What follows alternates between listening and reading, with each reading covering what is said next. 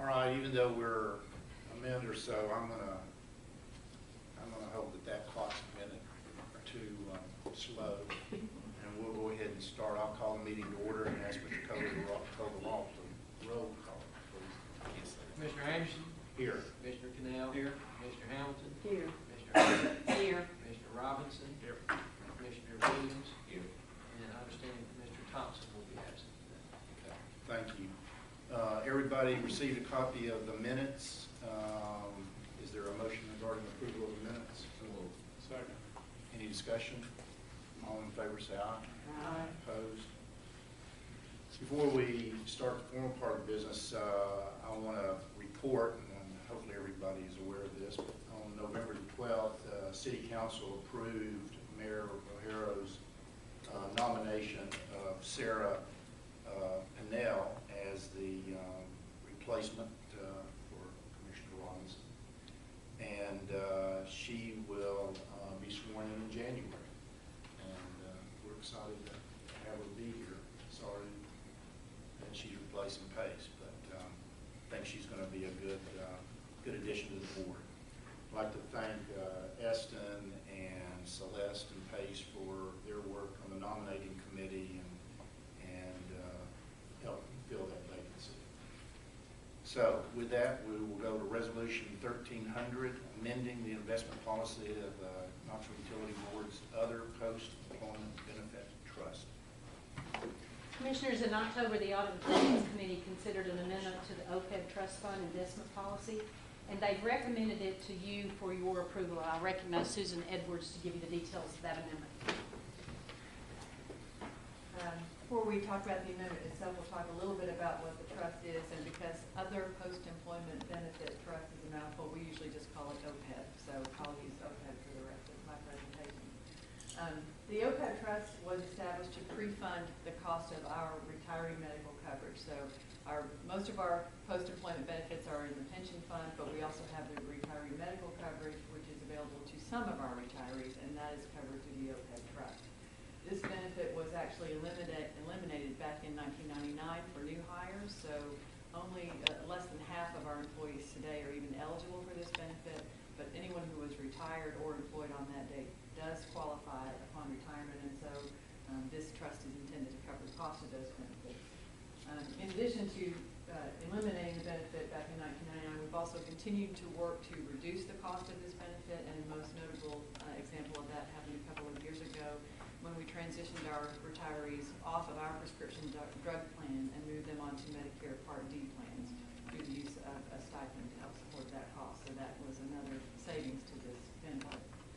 The trust itself was created in 2007 pursuant to state law, and that was a result of several actions precipitated by the changes in the rules from the Governmental Accounting Standards Board.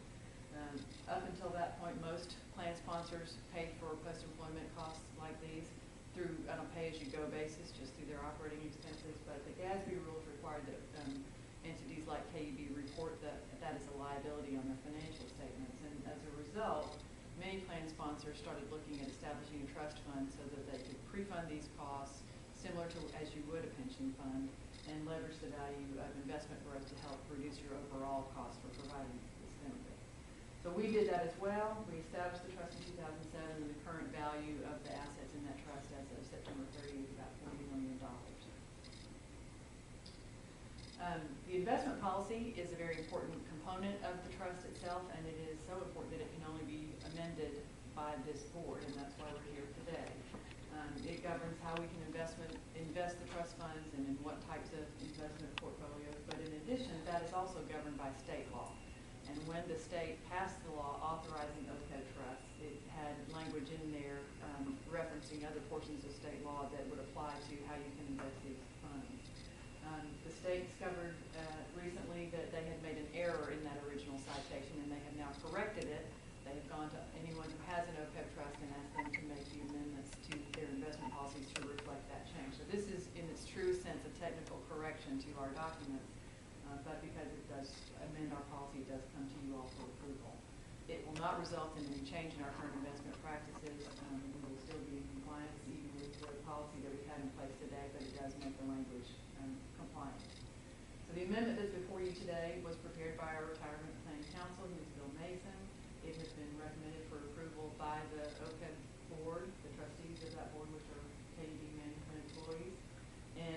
also been, as Ms. Roach said, recommended and approved by the Audit and Finance Committee in October through amendment through their Resolution A52. So Resolution 1300, which is for your consideration today, would adopt that new language and would be effective upon passage. Assuming you approve it today, we would then provide it to the state to let them know we are now compliant. I'd be glad to answer any questions you might have. Questions? In order, I'm going to approve. Any discussion? Is there any comment from the audience? Mr. Coley, you call the roll. Commissioner Anderson, Aye. Commissioner Cannell, Commissioner Hamilton, Commissioner Herbert, Commissioner Robinson, Commissioner Williams. Aye. Resolution 1300 has passed. Okay, so then we go to the President's report. We're going to deviate a little bit from our traditional President's report today, and let me start by taking you back in time a little bit.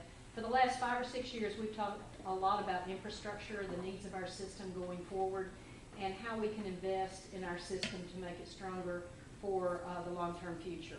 In 2011, we approved a resolution, this board did, to endorse a 10-year funding plan for the electric and water division infrastructure replacement program. We titled that Century 2. Today, we want to have a little bit of a repeat of the financial workshops that we went through in 2011 and focus today on gas and wastewater. We think that model is a good one for planning for our infrastructure replacement as well as funding it.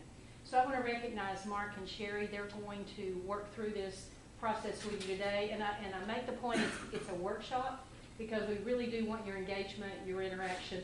This is nothing new to you. Each of you all have seen these plans over time, but ask questions at any point and provide your input as you feel appropriate. Thank you.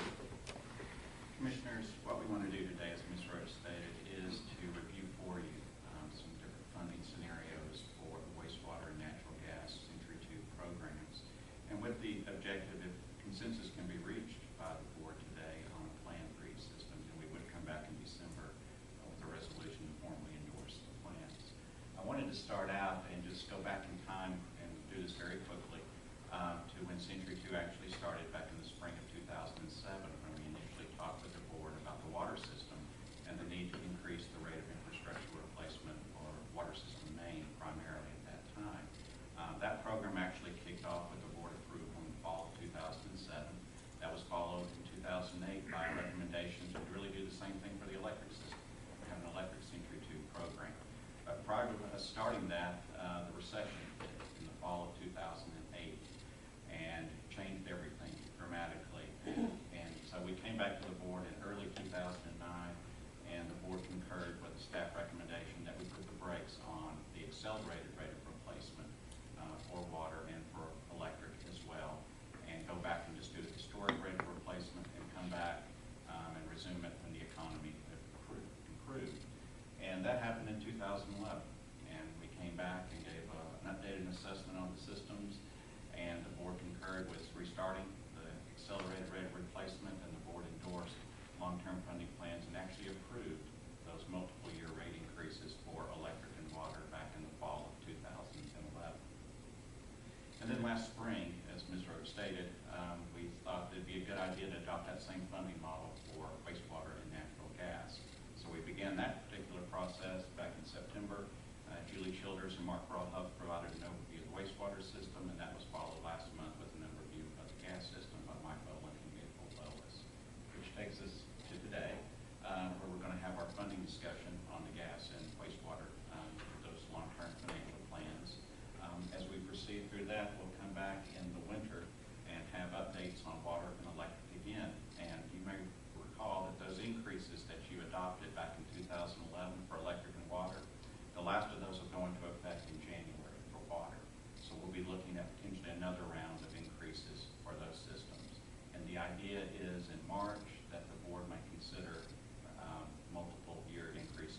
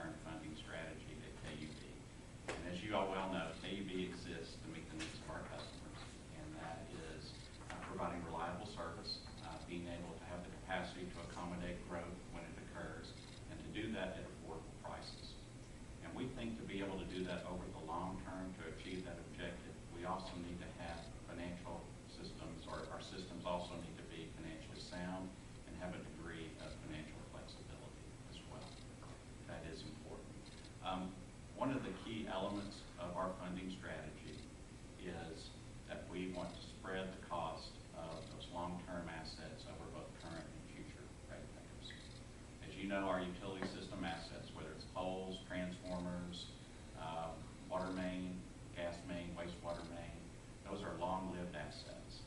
And both current and future customers are going to enjoy benefit from those assets.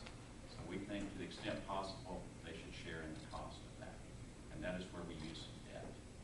Debt helps spread the cost over both current and future ratepayers using reasonable levels of debt. And we'll talk about that more here in a few minutes. Obviously, we also sometimes have to raise our portion of the bill that we use to cover our distribution system costs. Our margin needs to go up. And from time to time, we'll have margin increases to cover those costs and to cover the long-term impact of inflation. So, but basically, our financial philosophy is about balance between current and future customers.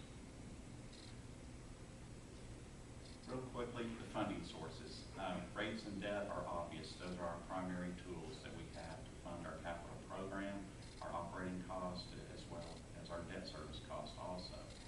But also there's a couple of others that I want to touch upon real briefly. That's customer growth. By adding customers to the system, that can bring on additional revenue, additional margin that can help fund those programs as well. And then cost management, very critical. And as you know, we gave a big part of our presentation in April. The 5-year plan was dedicated to cost management and all the savings that we've had over time. And I'll touch upon that here in just a moment. But first, customer growth. Unfortunately, as we all know, no surprise here, growth has slowed significantly over the last 5 years. If you go back and look all the way back to the early 90s up through, I guess, around 2000, at no point did we add fewer than 8,000 customers per year over that period of time. After 2000, it began to slip down a little bit, drop a little bit. But even as late as 2007, we had added 8,000 new customers. Well, the recession hit, the housing market plummeted, and you can see development really dropped off. And we even reached a low point in 2011 where we had negative customer growth. We had more customers leave the system than were added for that particular year. We've rebounded slightly since then, but even going out into the future, we're not expecting to go back to these levels anytime soon, unfortunately. The point being, there's not going to be a lot of additional revenue growth coming in from customer additions over the course of this next 10 years, based upon what we know right now. Cost management. We talked before back in the spring about this. We went back to the mid-1990s and looked at the various cost-saving initiatives that we've implemented and tallied how much we'd saved through 2013, and it totaled $260 million. As you can see, most of that's labor-related, but not all of it. But cost management is an important part, and the rate adjustments we're going to talk about in a few moments for wastewater and gas, without what we have done in the past on cutting costs, those would be double or triple what we would talk about as far as what we would need. So with that $260 million in savings, we've been able to defer increases over the time. We've been able to reduce increases as well. The important part is cost management is important to us. We've been successful in the past, and we'll continue to keep our eye on it in the future as well. But that can provide savings ultimately for our customers on this. And I also wanted to touch on, since we've had the, back in 2011, with the adoption or the endorsement of those long-term funding plans and the adoption of multiple year rate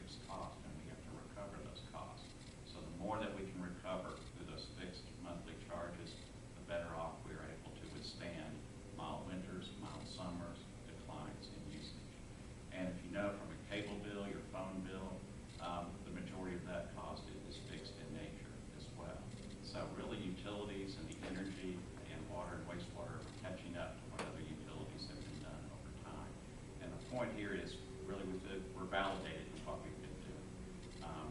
As other utilities that we compare against have continued to increase their customer charges as well. And then with respect, a couple of points to the rating agencies. And we have good working relationships with Moody's and Standard & Poor's. And as you know, we do issue debt every year, maybe several times a year. And one comment they've made to us about is how much they value financial certainty. And that may go without saying, but the fact that our board went out and took the step of actually passing a resolution, committing to a Century 2, committing to funding over a 10-year period, and actually adopting multiple year rate increases, they really, I'll say they love that. That is something that means a lot to them. And also, as far as the increased debt levels, which you know we've had with wastewater, we've done it with electric and water as well. They say, of course, that's appropriate, provided you continue to meet your target indicators, primarily your debt service coverage. And we'll talk about that more in a few moments. But I guess to say a lot of positive feedback from the funding model that the board adopted back in 2011, and that we hope to spread or expand to gas and wastewater. Any questions on that? Well, we'll move on. I'm going to talk about the wastewater system and provide a little bit of financial background, a little bit of financial history on that, and then we'll look at some funding scenarios for wastewater. Then we'll transition, once we're done with that, and Sherry will pick up and talk about the natural gas system. But with wastewater, just a high-level overview. It's really been defined by the federal consent decree since 2005. It's required a significant level of capital investment over the last 10 years. And it will go through 2021, at least the component of the CD related to the treatment plant. But we estimate we're going to spend about $650 million related to the CD alone over that period of time. So significant capital investment. As you know, both rates and debt have been used to help fund the CD program over that period of time. A couple of other features of the wastewater system that are significant is low growth. I guess in the last 20 plus years, we haven't had a ton of growth in wastewater. Prior to the recession, we might have had 700 to 800 customers per year. That has been cut in half and then some since the recession. And then declining usage. That's something that we've tracked and monitored on all of our systems. And it's really a phenomenon of several factors. But wastewater, what residential customers, what commercial industrial customers have been inputting into the wastewater system in terms of flow has been decreasing on a per capita basis consistently. And we'll talk about that too. But to go back and show a little financial history, and none of this will be a surprise to you commissioners, but as you can see, when the consent decree went into effect back in 2005, we had a pretty significant increase in capital investment, an immediate increase in capital investment. And I think the popular tagline was, prior to the CD, we were spending about $1 million a month on the wastewater system. After the CD, we've been spending about $1 million a week, in some cases more than that. And a very significant increase going from spending about $15 million a year to $70 million a year in 2006 and 2007. And that was pretty much related to doing the storage tanks on the front end of the program, because those were very expensive. It's leveled off and averaged more around $50 million, probably for the last 7 or 8 years. Point being, significant increase and sudden increase in capital investment. We funded that with both rates and debt. This chart reflects how much debt we've used to help fund the consent decree. And looking at prior to 2005, or prior to our first big bond issue, we had $50 million in outstanding wastewater debt. That has steadily increased over time until at the end of last fiscal year, we had over $450 million in outstanding bonds for the wastewater system. We've gone from a debt ratio of around 25% to the 60 to 65% range, which also speaks to having, talked about wanting to have financial flexibility. The fact that we had so much available debt capacity, we had a significant shock to the system, financial shock to the system, so to speak, and but we had the debt capacity that helped absorb that and lessen the burden on our ratepayers. Again, about balancing the cost over time. But rates have had to increase to fund the capital improvements, and again, two relatively large increases at the outset to ramp up to 50%, and it's been followed by more modest increases